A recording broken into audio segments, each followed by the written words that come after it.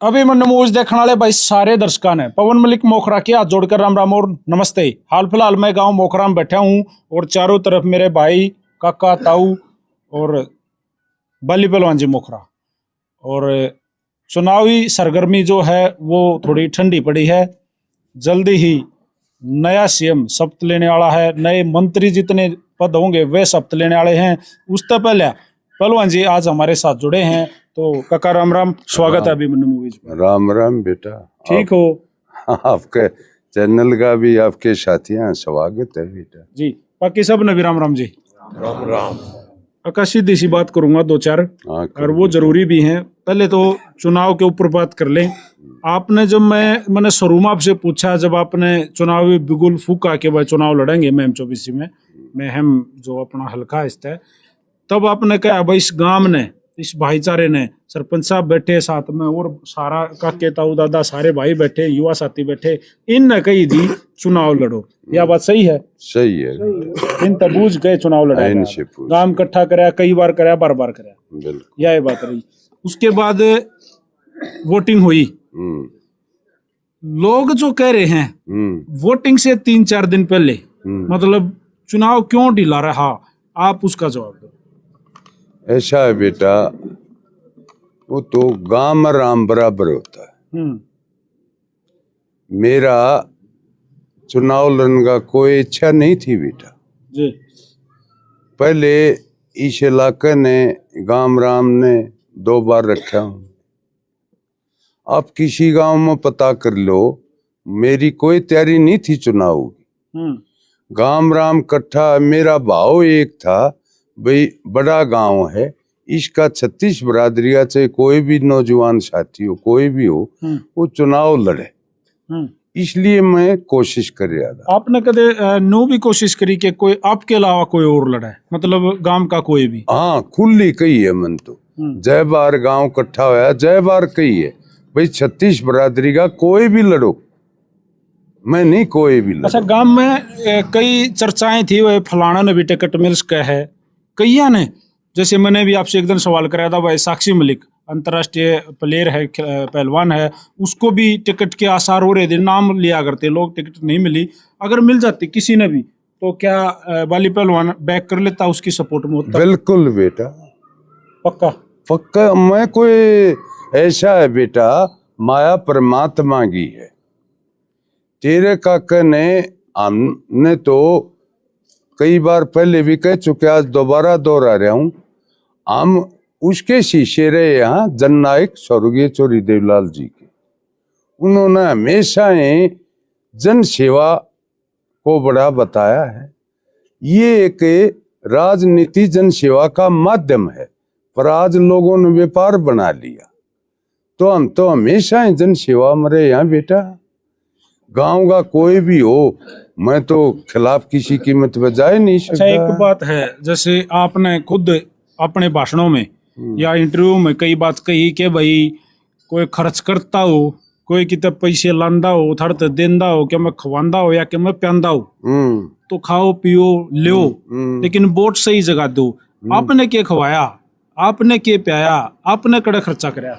ऐसा है बेटा, मैं तो कई बार कह चुका, हर जनसभा में कही है, अपना तो खर्चा ये गांव कर रहा था, मेरा खर्चा नहीं था ना, मेरा चुनाव था, ये गांव राम का चुनाव था। गांव राम ने पर्ची कम दी, वह गलती मेरी रह सके, या मैं मानता हूं। वह क्या गलती? गांव राम की हो तो भाई गांव राम पे पूछूंगा मैं। आपने जैसे कई दिन हो गए, तो मान ले 5 तारीख ने चुनाव था, 8 ने नतीजा भी आ गया, और आज कई दिनों के काफी गैप हो गया, और भाईचारा आपके पास देख रहा हूँ मैं लगातार आता रहा है, तो पूछा होगा इनसे, या बीच में जाके बिल्कुल बैठ के पूछोगे लोगों को? पूछूंगा मैं जाके बेटा, खुली बात है, मेरी कमी हो मेरी रही है, गांव राम की मैं कमी नहीं होती। तो यह तो कमी नहीं रहेगी कि आपने खवाया है पाया नहीं, दूसरे तो सारे ऐसा है बेटा, खुआन प्यान ने तो आपका काका के पास क्या है, समझे? अच्छा, एक बार दूसरी बात, जो इल्जाम लगा रहे जा रहे, मैं सीधा ठोक के इल्जाम लगा रहा हूँ आपके ऊपर। आम पब्लिक की बातें हैं कि भाई बाली तो डायरेक्टली किसी न किसी को हराने के लिए सामने आया था, इसलिए चुनाव लड़ा था। उनको पता है आपका जनाधार नहीं है और आप चुनाव लड़ रहे हो, तो किसी ने कोई ना कोई टारगेट था आपका, कुछ ना कुछ मकसद था। क्या मकसद था, जग जाहिर कर दो। ऐसा है बेटा, अपना तो एक वो है भाई, जन सेवा हो, साफ सुथरी हो, गंद ना हो, समझा। तो गाम राम ने मचान खड़ा करया ना, तो चुनाव मन लड़ना होता तो मैं 6 महीने साल भर पहले अपनी तैयारी करूं और अपने पुराने साथियों से मिलूं रे। ये तो अचानक गाम राम ने खड़ा कर दिया, खड़ा हो गया। बेटा गाम राम की बात मोड़ नहीं सका और ना मोड़ू। कितनी वोट आई टोटल, कितनी वोट आई? टोटल वोट तो बेटा पता ही है कितनी आई है। ये गांव में से पूरी मोखरा है, बता बाहर तो क्या जाना। मोखरे में से तो बेटा 2800 कुछ वोट आई है। ठीक। जो 2800 वोट आई हैं उनसे तो फिर आपने प्रेम हो गया होगा, और जिनने वोट नहीं किए आपने बेरादरी किस ने नहीं किए, लेकिन उनके प्रति क्या भावना है?